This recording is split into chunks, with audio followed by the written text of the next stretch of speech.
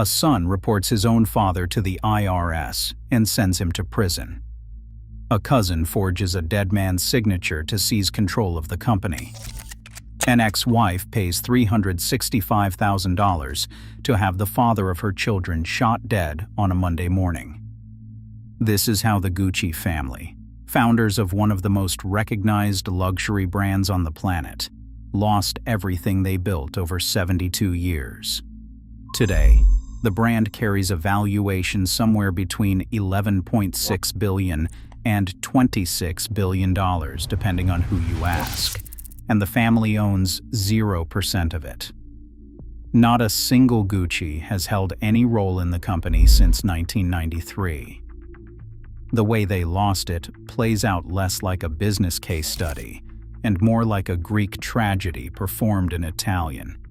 It all traces back to a teenager working in a London hotel lobby, watching wealthy people carry luggage he couldn't afford. Florence, Italy, March 26, 1881. That is where Guccio Gucci came into the world, the son of a modest leather craftsman. At 18, he traveled to London and landed a job at the Savoy Hotel, one of the finest hotels in existence at the time, where he worked variously as a bellhop, a porter, or an elevator operator depending on the source. None of those titles mattered as much as what he absorbed while working there, because every day, Europe's wealthiest aristocrats passed through that lobby hauling the finest luggage money could buy, especially pieces crafted by the English house H.J. Cave & Sons. That exposure stuck with him.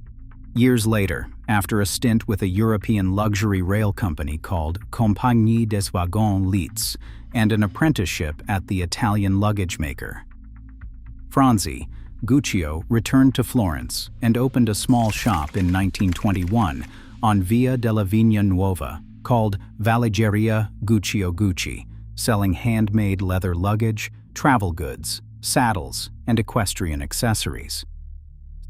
Scarcity turned out to be the engine of the brand's early genius.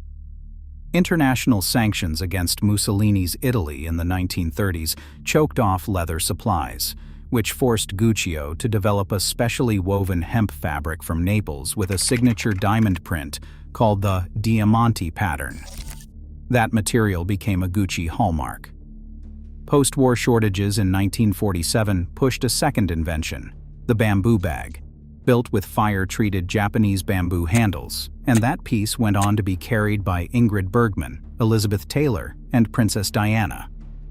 Around 1951, the green-red-green web stripe appeared, inspired by equestrian saddle straps, and the horsebit loafer arrived in the early 1950s. A first U.S. store opened in 1953 at the Savoy Plaza Hotel on Fifth Avenue, a direct tribute to the London hotel where Guccio once worked as a teenager. Guccio himself died on January 2, 1953, in Milan, leaving behind a growing brand and 3 sons who would fight over every square inch of it. And that is where a founding story turned into a family story, which is also where everything started going sideways. 3 sons remained active in the business: Aldo, Vasco, and Rodolfo, each inheriting a third of the company. Aldo became the engine of global expansion, pushing the brand into Rome, London, Paris, Beverly Hills, and Tokyo against his father's conservative instincts. Celebrity clients flocked to him, names like Jackie Kennedy, Grace Kelly, Audrey Hepburn, Elizabeth Taylor, and John F. Kennedy reportedly called Aldo the first Italian ambassador to fashion. Lawmakers wore Gucci loafers so frequently that the halls of the United States Congress picked up the nickname Gucci Gulch. Roughly $400 million in annual sales flowed through trademarked Gucci products by the 1980s, spread across more than 1,000 stores worldwide. Aldo also did something his father never would have tolerated. He fabricated a noble origin story for the family, claiming descent from medieval saddle makers to aristocratic courts, when Guccio's father had actually been a modest craftsman. The horsebit logo and the equestrian branding were carefully constructed. Mythology. On top of that, He licensed the Gucci name onto everything from coffee mugs to toilet paper, which generated revenue but eroded the brand's exclusivity with every product slapped onto a shelf. Vasco's childless death in 1974 split the company 50-50 between Aldo and his younger brother Rodolfo, a structure that invited conflict by design. Aldo then carved off 3.3% of his stake for each of his three sons, Giorgio, Paolo, and Roberto, which accidentally made Rodolfo the single largest shareholder. Those small percentage shifts looked harmless on paper, and they would eventually detonate the entire family. Jenny Puddifoot, who married into the Gucci family as Paolo's wife, once offered a diagnosis of the people she lived among. She said they are all completely mad, incredibly manipulative, and not very clever. They have to be in control, but as soon as they get what they want, they crush it. They are destroyers. Keep that framing in mind for what comes next. Paolo Gucci, Aldo's middle son, lit the first fuse. As the company's chief designer through the 1960s and the 1970s, he claimed credit for 80% of the items in the catalog, and by the late 1970s, he wanted to launch his own fashion line targeting younger consumers. Both Aldo and Uncle Rodolfo blocked him. When Paolo secretly attempted his own label using the Gucci name, the family fired him in September of 1980, and he responded with lawsuits seeking $13.3 million in damages. What happened next crossed from legal drama into violence. At a July 1982 board meeting in Florence, Paolo brought a tape recorder to capture the proceedings, and his family snapped. According to Paolo's lawsuit, brothers Giorgio and Roberto, along with cousin Maurizio, said they willfully and maliciously assaulted, battered, and beat him, using their hands, fists, and various objects, leaving him bloodied with lacerations across his face. Reporters confronted Aldo about the assault, and his answer carried an almost sociopathic calm. "Who is the father?" he replied, "who has never given a slap to a reckless son?" None of that legal chaos compared to what Paolo uncovered next. Buried in the company's finances, he found evidence that his father Aldo had been siphoning millions through false invoicing to offshore companies for years. And that is when Paolo, in an act of pure revenge, picked up the phone and called the IRS. 81 years old and weeping in a New York courtroom on January 17, 1986, Aldo Gucci pleaded guilty to conspiracy to defraud the United States government and 2 counts of federal tax evasion. The amount he had hidden came to $11.8 million in income, with roughly $7 million owed in unpaid taxes.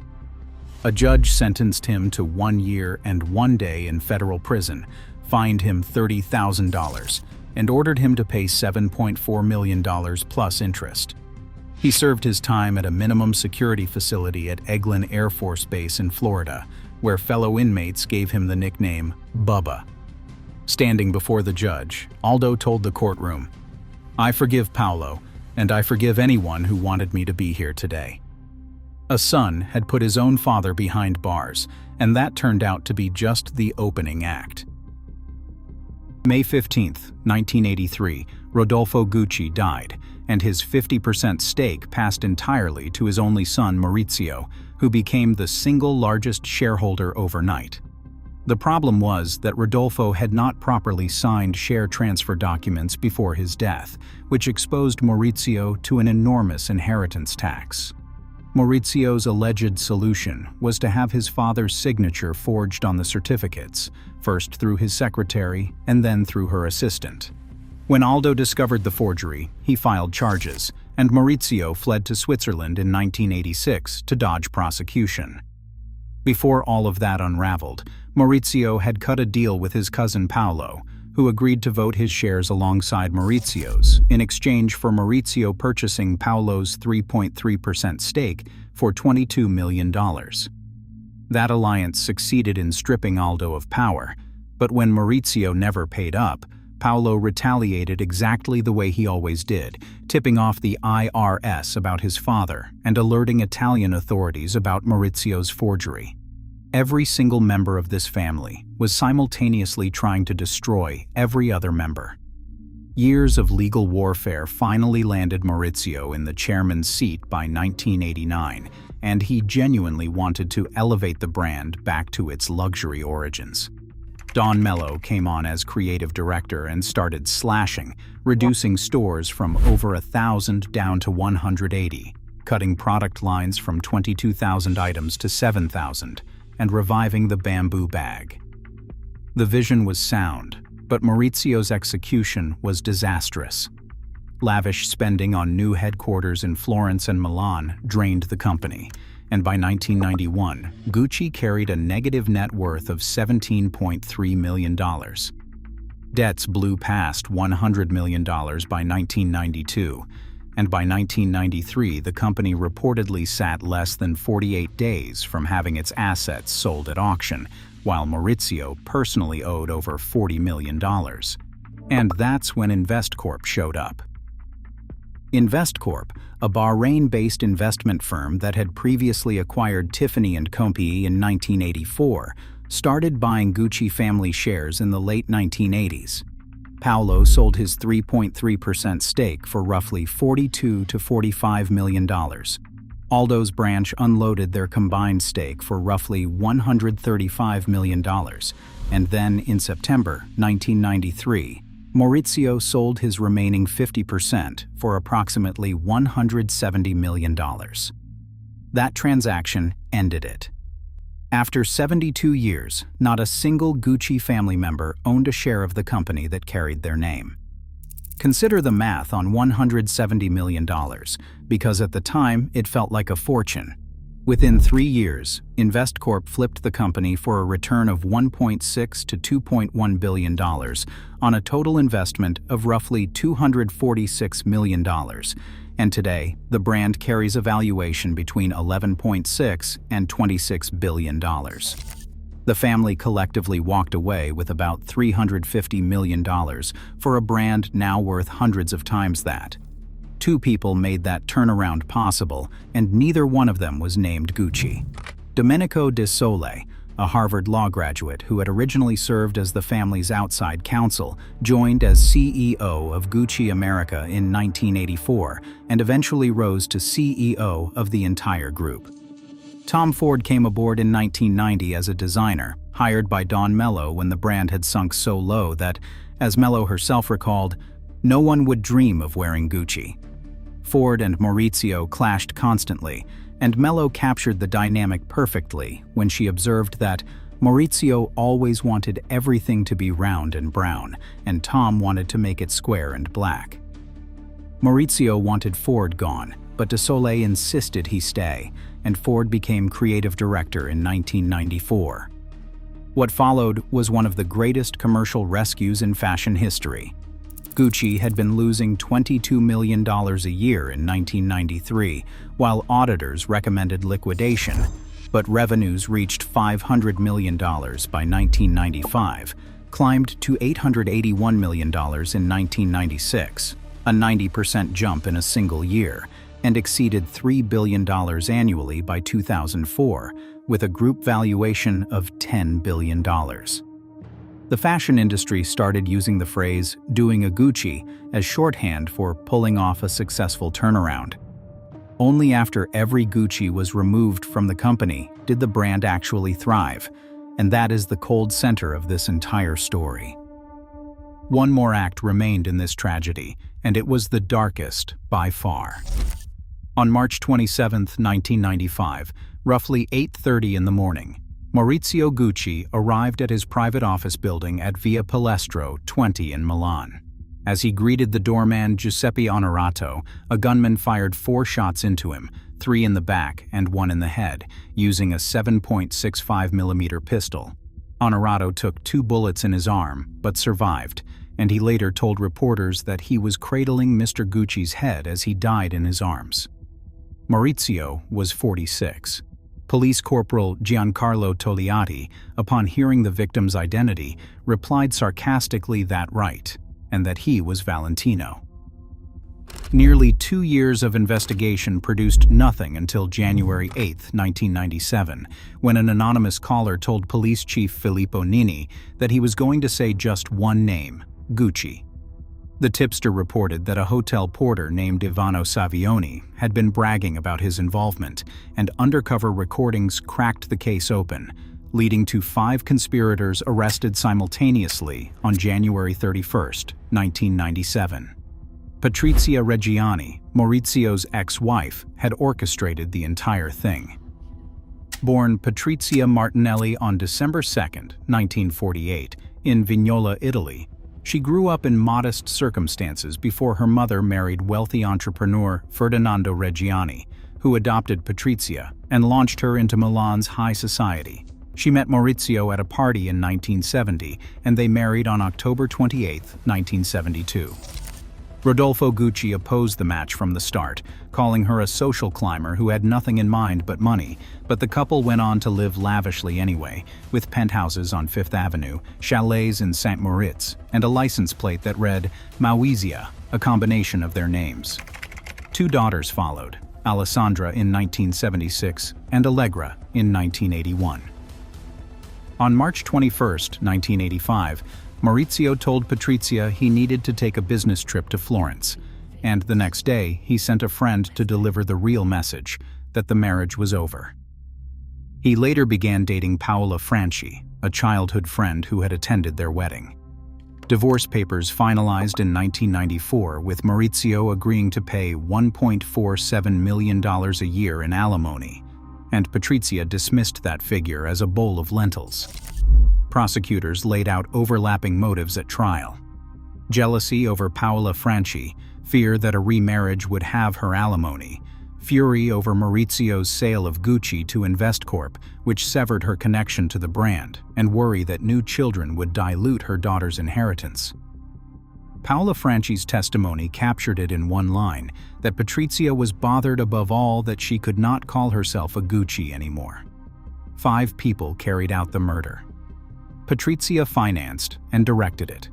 Her close friend and personal psychic, Giuseppina Auriemma, arranged the hit. Hotel porter Ivano Savioni recruited the shooter and the driver. Benedetto Ceraulo, a debt-ridden Sicilian pizzeria owner, pulled the trigger. Orazio Cicala, an unemployed auto worker, drove the getaway car.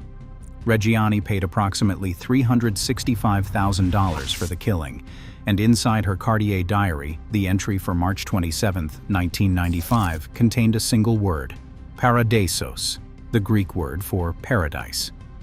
A 5-month trial began in May 1998, with Patrizia showing up dressed in head-to-toe Gucci every single day. Confronted with evidence of the $365,000 payment, she told the court that it was worth every lira.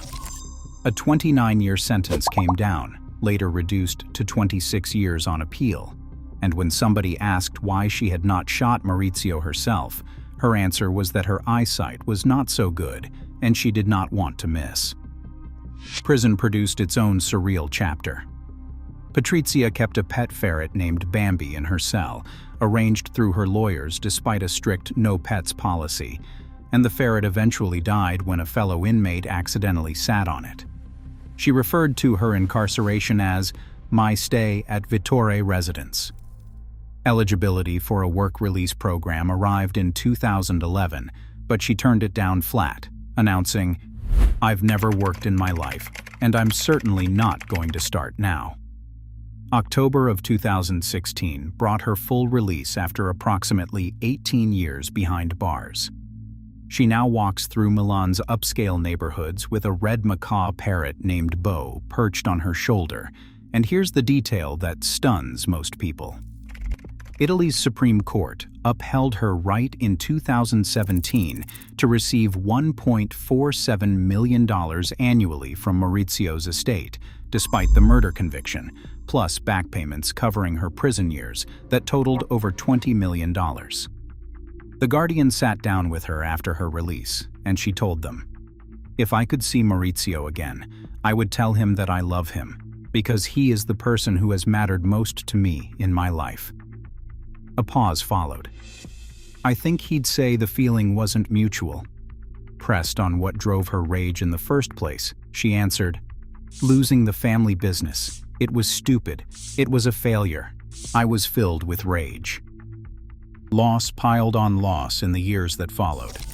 Paolo Gucci filed for bankruptcy in 1993, carrying $90 million in debts. He spent time in a Bronx jail for failing to pay $500,000 in child support, and he died of chronic hepatitis in London on October 10, 1995, at the age of 64. Aldo had already been dead 5 years by then, taken by prostate cancer in Rome in 1990 at the age of 84, his final chapter defined by the prison sentence his own son engineered. Roughly $400 million from Maurizio's estate passed to his daughters Alessandra and Allegra, who spent years believing their mother had nothing to do with the killing. Allegra enrolled in law school at Milan University to help build Patrizia's defense, but that faith collapsed after their mother essentially admitted guilt on television following her release. Allegra's 2022 memoir opens with the line, "I am the daughter of a murdered father, of an imprisoned mother, and granddaughter of a bastard."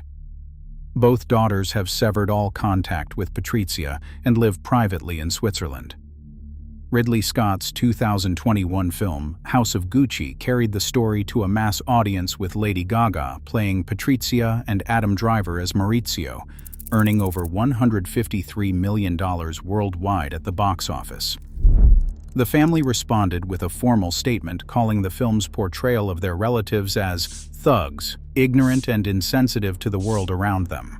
Scott fired back, "You have to remember that one Gucci was murdered and another went to jail for tax evasion, so you can't be talking to me about making a profit."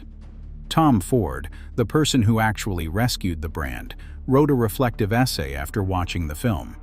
"In real life, none of it was camp," he wrote. "It was at times absurd, but ultimately it was tragic." Kering, the French luxury conglomerate controlled by the Pinault family, owns Gucci entirely today. No family member holds any position in the company, and every attempt by various Gucci relatives to license the name on new products, from cosmetics to gelato, has been blocked in court. The brand itself is struggling under that corporate roof.